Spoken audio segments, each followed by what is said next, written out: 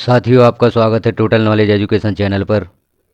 निर्वाचन संबंधित जानकारियों की सीरीज के इस भाग में नए भारत के निर्माण में अपना योगदान दें, पहले मतदान फिर जलपान। यहाँ हम देखते हैं मतदान के दौरान की विशेष परिस्थितियों में निविदत मत। निविदत मत क्या होते हैं? हमारा मतदान सुचारू रूप से चल रहा होता है, उसके मध्य में कुछ विशेष परिस्थितियां उत्पन्न हो जाती हैं। इनमें कुछ परिस्थितियां हम पहले देख चुके हैं, कुछ परिस्थितियां यहाँ पर देखते हैं। जैसे निविदत मत, यह एक विशेष परिस्थिति होती है। यह स्थिति कब उत्पन्न होती है और इसका निराकरण कैसे कर सकते हैं, इसके बारे में हम निर्वाचन संबंधी जानकारियों की सीरीज के इस भाग में देखते हैं। निविदत मत के बारे में जानकारी, यहाँ हम जानकारी देखते हैं। निविदत मत या जिसे टेंडर वोट भी कहा जाता है, निविदत मत को ही टेंडर वोट कहा जाता है। तो निविदत मत या टेंडर वोट की परिस्थिति किस प्रकार से उत्पन्न होती है, यह जानकारी हम यहाँ पर देखेंगे और इस समस्या का निराकरण कैसे किया जाएगा उसे भी हम समझेंगे। कौन अधिकारी इस समस्या के निराकरण के लिए जिम्मेदार होता है, कौन इस समस्या का निराकरण करेगा, यह सारी जानकारी हम वीडियो के इस भाग में देखते हैं। किस प्रकार से निविदत मत की परिस्थिति उत्पन्न होगी, कैसे इसका निराकरण किया जाएगा और कौन इसका निराकरण करेगा, यह संपूर्ण जानकारी हम देखते हैं। पहले हम समझ लेते हैं निविदत मत क्या होते हैं, यह परिस्थिति कब उत्पन्न होती है। इसका पहला बिंदु है, यदि कोई व्यक्ति मत देने के लिए मतदान केंद्र पर पहुँचे, उस समय कोई अन्य व्यक्ति उस निर्वाचक के रूप में मत दे चुका हो। निविदत मत वह होता है जब कोई मतदाता मतदान केंद्र पर पहुंचता है और उसका पहचान के लिए निर्वाचन की चिन्हित प्रति में जब उसका मिलान किया जाता है, वहां देखा जाता है कि उसका मत पहले से डाला जा चुका है, कोई अन्य व्यक्ति उसका मत दे चुका है। तो इसके लिए सर्वप्रथम उस मतदाता की पहचान के बारे में समाधान करना होगा। समाधान हो जाने पर उसे मतदान हेतु निविदत मतपत्र दिया जाएगा। मतदान प्रक्रिया बाधित ना हो, इसलिए इस प्रकार की परिस्थिति उत्पन्न होते ही ऐसे मतदाता को पीठासीन अधिकारी के पास भेज देना चाहिए। अब आगे की पूरी प्रक्रिया पीठासीन अधिकारी द्वारा की जाती है। पीठासीन अधिकारी को 20 मतपत्र दिए जाएंगे। जो हमें सामग्री प्राप्त होती है उसमें 20 मतपत्र भी दिए जाते हैं।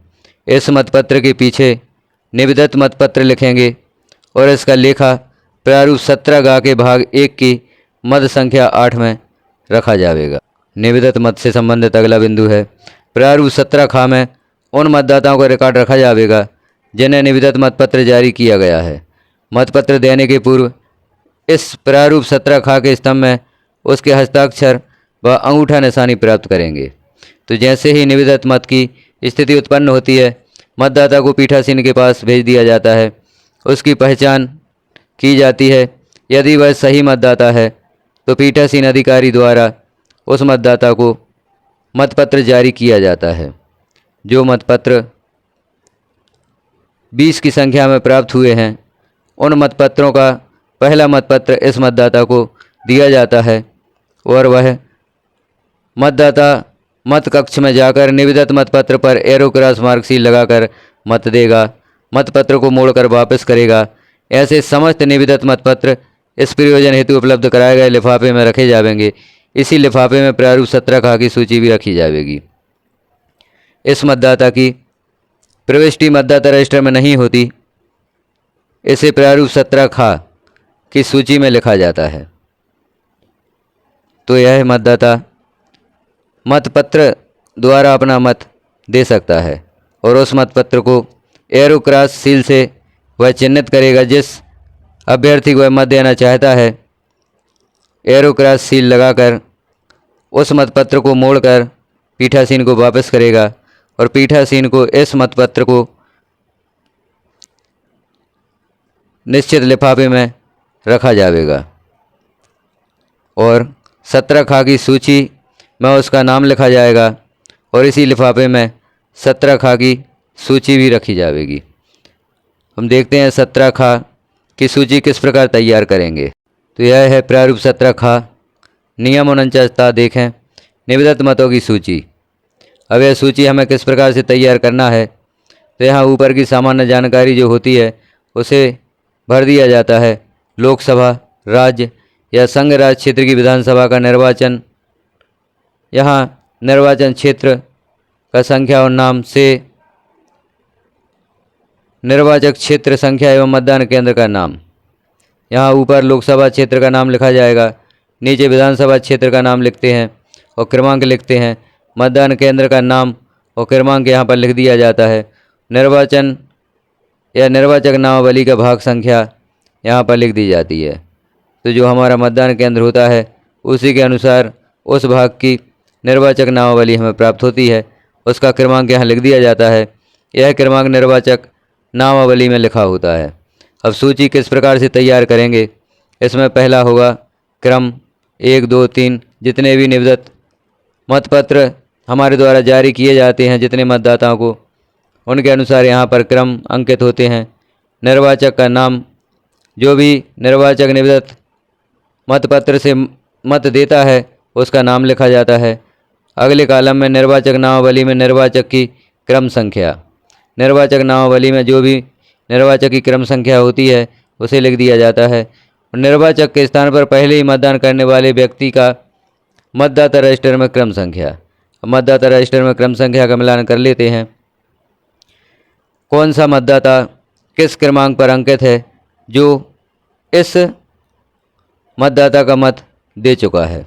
निर्वाचक का हस्ताक्षर या अंगूठे की छाप यहाँ पर ले ली जाएगी। यह सूची हमारी तैयार हो जाएगी। नीचे तारीख लिख देंगे और पीठासीन अधिकारी के हस्ताक्षर हो जाएंगे और सबसे नीचे मतदान केंद्र की सुवर्ण सील लगाकर इस सूची को तैयार किया जाएगा।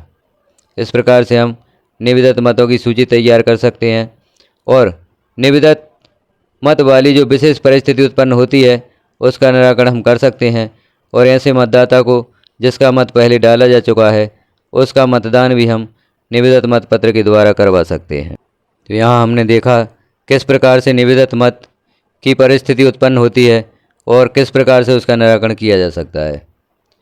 निविदत मत में मतदाता का मत किसी और व्यक्ति के द्वारा दे दिया जाता है, तो अब इस मतदाता को हम वापस नहीं भेज सकते क्योंकि यह सही मतदाता होता है। इसकी जगह पर कोई अन्य मतदाता जो गलत था वह मत देकर चला गया है। तो अब सही मतदाता हमारे पास उपस्थित है तो इसका मत हमें ज़रूर डलवाना होगा। तो जो प्रक्रिया हमने देखी उस प्रक्रिया के द्वारा निविदत मत देकर ऐसे मतदाता का मत हम डलवा सकते हैं या मतदान करा सकते हैं। जानकारी आपकी समझ में आ गई होगी। निविदत मत क्या होते हैं और उसका निराकरण किस प्रकार किया जाता है, इस प्रक्रिया को कौन संपन्न कराता है। जितनी भी विशेष परिस्थितियां होती हैं उनका निराकरण पीठासीन अधिकारी के द्वारा किया जाता है, क्योंकि मतदान एक ऐसा कार्य है जो हमें एक निश्चित समय में करवाना होता है। इसके लिए समय निर्धारित होता है। तो मतदान में किसी प्रकार का व्यवधान उत्पन्न ना हो तो यह विशेष परिस्थितियां पीठासीन अधिकारी को संभालनी होती हैं। जानकारी कैसी लगी आपको कमेंट में ज़रूर बताएं। चैनल पर पहली बार है तो चैनल को सब्सक्राइब करें, वीडियो को लाइक करें और अन्य साथियों तक शेयर करें। चैनल को सब्सक्राइब करके आप निर्वाचन से संबंधित सभी वीडियोज़ को यहाँ पर प्राप्त कर सकते हैं। इन वीडियो में आपको संपूर्ण निर्वाचन कार्यों की प्रक्रिया मिलेगी, किस प्रकार से आप निर्वाचन को संपन्न कराएंगे। वीडियो को पूरा देखने के लिए धन्यवाद। और देखिए पूरा लोकसभा निर्वाचन 2024।